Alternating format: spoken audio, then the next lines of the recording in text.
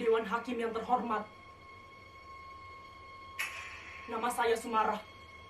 Seorang perempuan, seorang TKW, seorang pembunuh,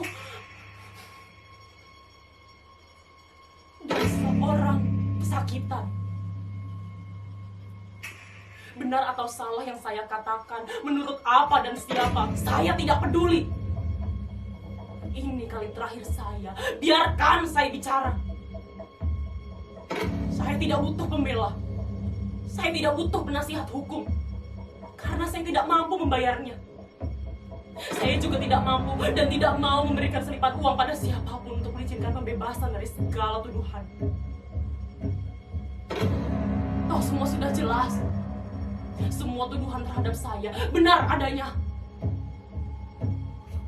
Segala ancaman hukum, vonis mati, saya terima tanpa pembela. Banding atau apalah namanya. Iya, inilah saya, Sumarah. Menjadi babu, buruh, budak, sudah menjadi pilihan. Bertahun-tahun saya menjilati kaki orang, merangkak dan hidup di bawah kaki orang. Bertahun-tahun saya tahan mulut saya lipat lidah saya agar tidak bicara. Karena bicara berarti bencana. Bencana bagi perut saya, perut Simbah. Tolong, kali ini izinkan saya membuka dan mendongak.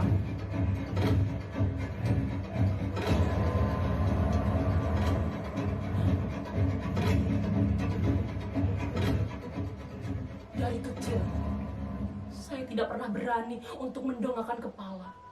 Apalagi di Karangsari, desa tempat saya dilahirkan. Orang-orang Karangsari selalu membuat saya gugup dengan bisik-bisik mereka. Kegugupan itu bermula saat Pak Kasirin, guru madrasah saya, menerangkan. Pembunuhan para jenderal itu dilakukan oleh sekelompok orang yang sangat keji. Orang-orang itu tergabung dalam organisasi PKI. PKI itu benar-benar biadab.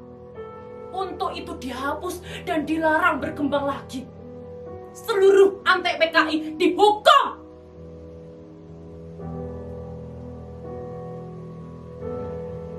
Saya mendengarnya dengan takdim, sambil membayangkan betapa jahatnya orang-orang yang membunuh para jenderal itu.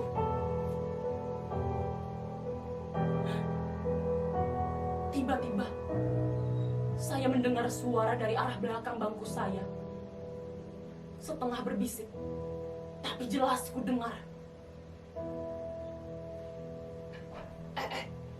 Bapaknya Sumarah itu kan PKI. Loh, apa iya? Loh, sekarang di mana? Ya sudah diciduk.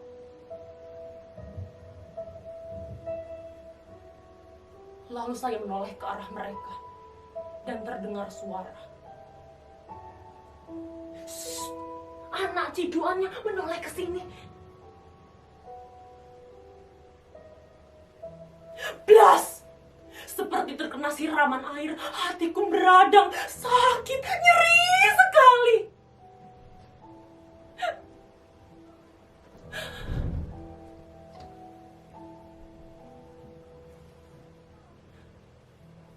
Malamnya, aku bertanya pada Simbah.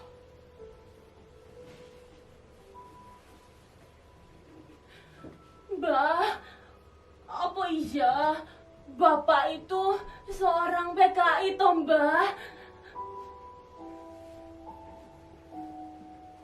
Sambil mendidis rambutku, meluncurlah cerita Simbah begini.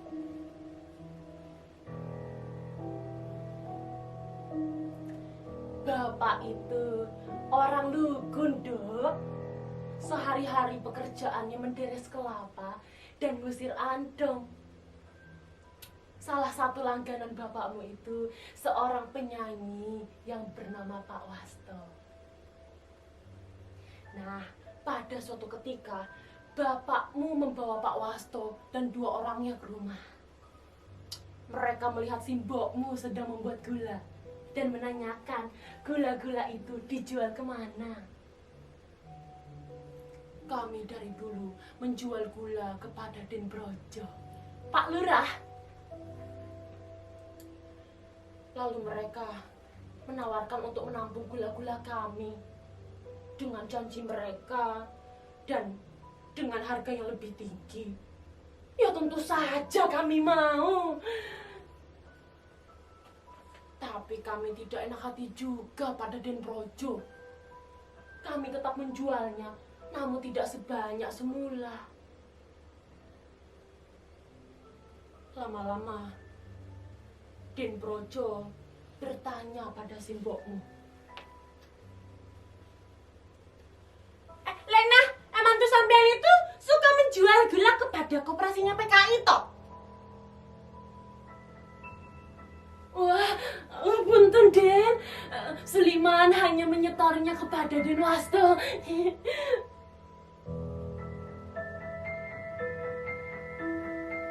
Pak Lurah manggut-manggut. Tapi jelas, Simbah tahu Pak Lurah tidak suka.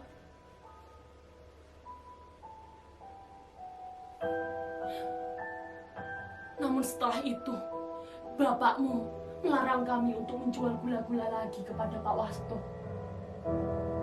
Pak Wasto diciduk tentara dan koperasi itu ditutup. Alah, kami tidak pernah punya firasat buruk mengenai berita itu.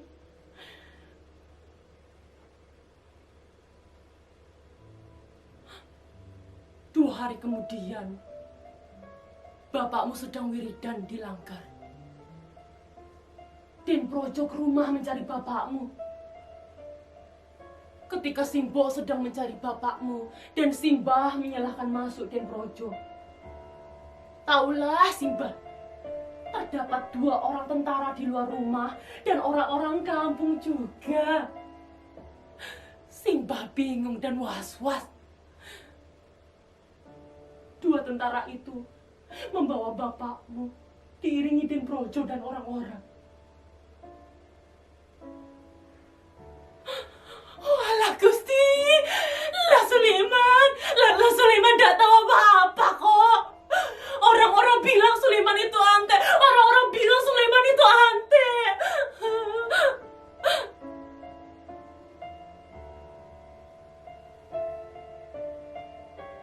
Lalu kami bertanya pada Den Brojo keesokan harinya, dibawa kemana bapakmu? Den Brojo bilang, bapakmu di penjara sementara. Simbokmu lemes, Nduk. Kamu masih dalam kandungan 5 bulan. Kami menanti hingga kamu lahir, hingga kamu tumbuh. Sampai kini, tak tahu di penjara mana bapakmu ditahan. Ku beri nama kau Sumara, karena hanya pasrah jawaban dari penantian ini.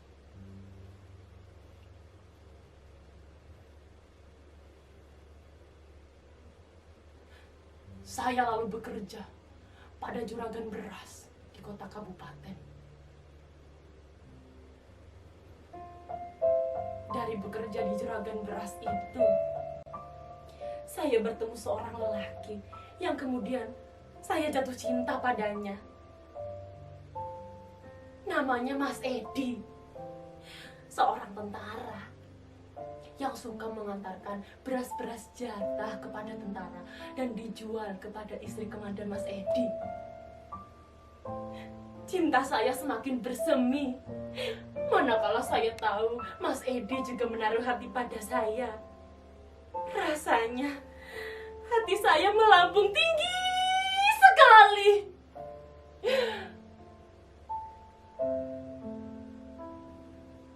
Tapi untuk kemudian terpelanting dan jatuh ke jurang yang sangat curam.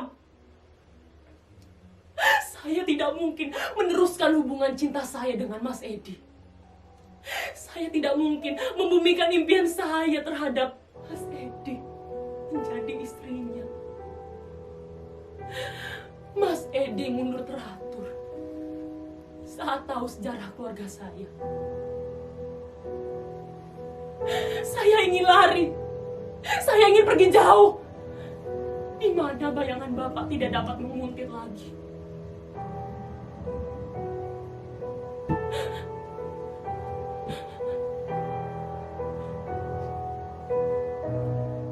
Di tengah gulana itu, Simbo suatu sore berkata,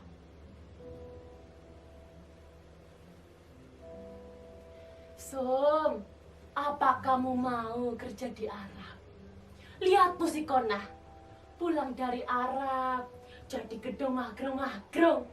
Bisa beli motor, bisa beli kebo. Lihat tuh Sunarti, anaknya Le Mariam. 2 tahun kerja di Arab, pulangnya bisa bikin toko kecil-kecilan."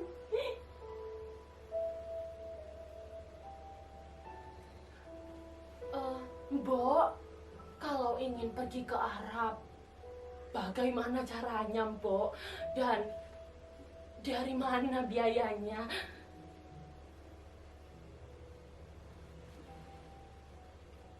Lalu segala sesuatunya saya urus melalui perantara seorang calo. Saya dapat mendaftar menjadi seorang TKW. Segala syarat saya penuhi. Mulai dari biaya-biaya administrasi di Depnaker, Biro Tenaga Kerja, kantor imigrasi, sampai biaya-biaya tetek bengek yang ternyata panjang betul. Dan juga saya paham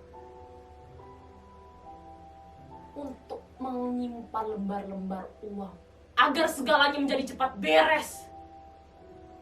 Membayar paspor 3 kali lebih lipat dari harga yang semestinya.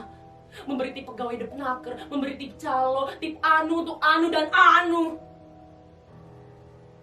Semuanya bisa dibeli dengan uang. Di negeri sendiri, saya menjadi rakyat selipan, setengah gelap. Tak boleh mendongakkan kepala dan berbicara.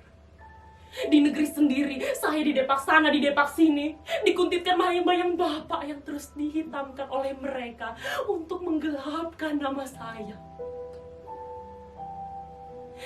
Dan sekarang, di negeri orang, saya menjadi babu. Menjual impian agar hidup lebih baik. Di negeri orang, saya hanguskan segala cinta saya, segala kenangan manis pahit getir masa remaja saya. Saya pikir semuanya akan menjadi lebih baik. Saya pikir saya akan bermetamorfosa dari ulat bulu menjadi kupu-kupu indah. Tapi ternyata di balik jubah-jubah majikan saya, di balik cadar-cadar hitam majikan saya disiksa. Gaji saya setahun hilang untuk alasan tetep bengek administrasi. Dan bencana itu, saya diperkosa. Seperti budak yang halal dibinatangkan.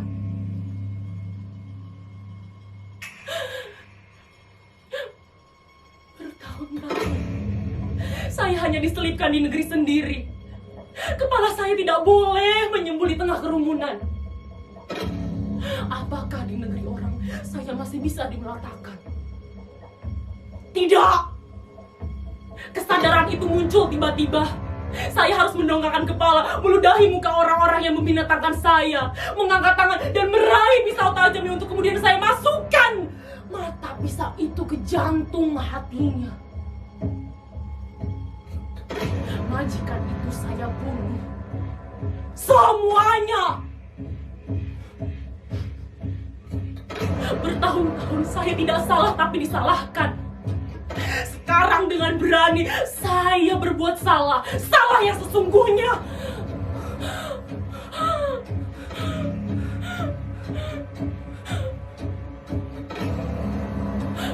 Saya sadar saya akan divonis mati.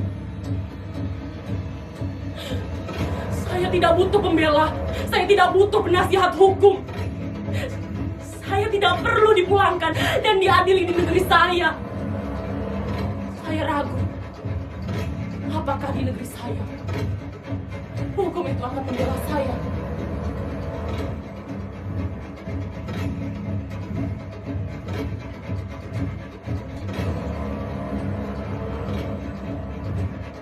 Tuan Hakim yang berhormat, inilah saya. Nama saya Sumara. Saya siap mati